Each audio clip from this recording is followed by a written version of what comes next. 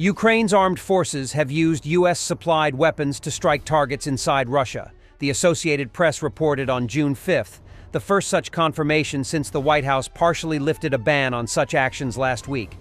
Citing a Western official speaking anonymously, AP said the attack had happened in recent days, but gave no further information. Washington gave Ukraine permission to use some American weapons to strike targets in Russia across the border from both Kharkiv and Sumy oblasts, U.S. and Ukrainian officials confirmed on May 31st.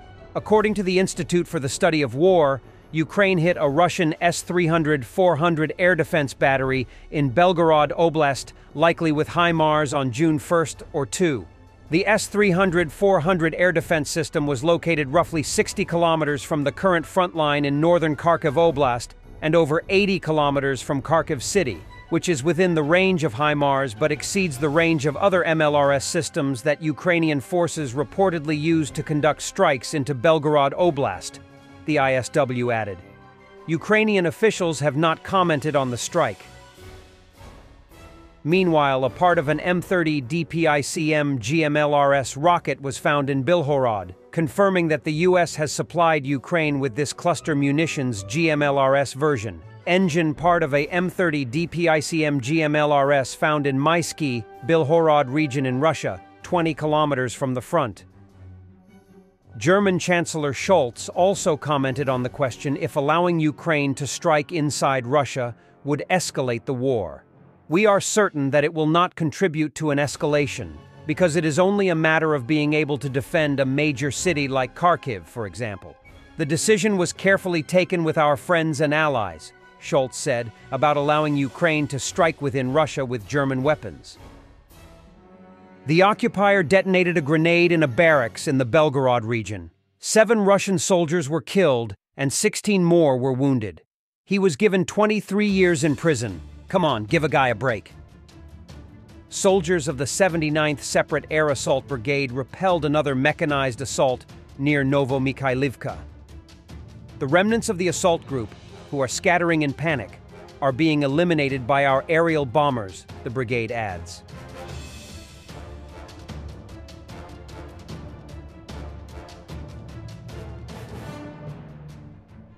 A Yakut serviceman from occupied Yakutia filmed his bruises. He was beaten by the military commandant of the Russian army for his unwillingness to go to the front line.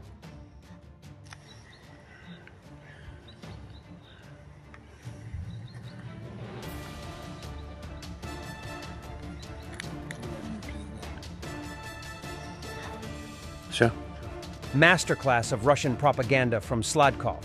We are not advancing, but we are moving forward. We are losing people, but the army is growing stronger. We are being provoked, but we are not going on a summer offensive. Gazprom is almost bankrupt, but the economy is getting stronger. SMO. Actually, what is happening? What is the point? I have an impression that the conflict is being dragged out by the West. Planned delay. Ukraine receives enough Western help so that it does not collapse and provoke Russia into non-strategic, lethal methods. And we are not moving forward. It's already summer, and our supposed counteroffensive has not begun. We look after the advanced units, we look after the reserves. Although moving forward still results in a sanitary zone and irreversible loss of people. We are being provoked, but we are not fooled. We are currently in a combat pause. The army is growing stronger. The economy not only has not collapsed, but is growing little by little. Should we expect active summer activities from us?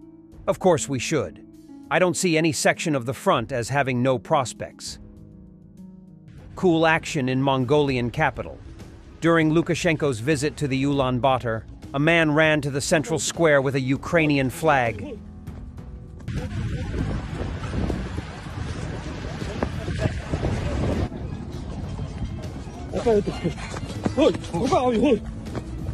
You want World War III? You are already in it, Russian propagandist Soloviev. Russia has no intentions of any real negotiations or peace. It is bloodthirsty. Кроме этого, так как мы понимаем, что задача идет и поставлена, плана Б нет, уничтожение России, это значит, мы должны создать все условия для нанесения колоссального ущерба живой силе и технике войск НАТО, находящихся в любой точке базирования в мире. Это значит, мы должны поддерживать все прокси-движения, снабжая им всем необходимым, в какой бы точке мира они ни находились. Мы должны создать такое количество проблем этим странам, чтобы у них меньше всего осталось внимания и времени на то, чтобы работать с нами. Должны взрываться военные заводы, склады по всей территории НАТО, если там производится и находится оборудование, предназначенное для удара по России. Хотите Третью мировую войну? Вы уже находитесь в ней. About Putin's palace and leaving Russia. An interview with the engineer who built that very residence in Gelendzhik. Valentin Zaykin is a specialist in the field of building restoration, as well as industrial and civil construction with 15 years of experience. Lived and worked in St. Petersburg. He supervised the restoration of the Peter and Paul Cathedral, worked in significant positions during the restoration of the buildings of the Naval Residence, the Admiralty, and the Hermitage. One of his last objects is the same palace in Gelendzhik. After the investigation about it came out, according to Valentin, the atmosphere at the construction site changed.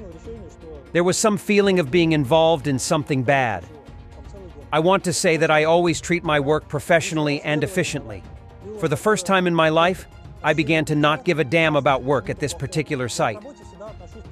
After February 24th, Zaykin moved to Uzbekistan to avoid paying taxes on killing people in a neighboring country. He soon realized that his mission was to draw smart people from Russia in order to weaken the Putin regime. So Valentin started a YouTube channel, We're Going to Live in Uzbekistan, in which he talks about the nuances of life in this country. Zaykin's channel gained more than 100,000 subscribers in a year. Я просто принял решение, что с моих денег не пойдет ничего. Putin has complained once more that he has been deceived by the West.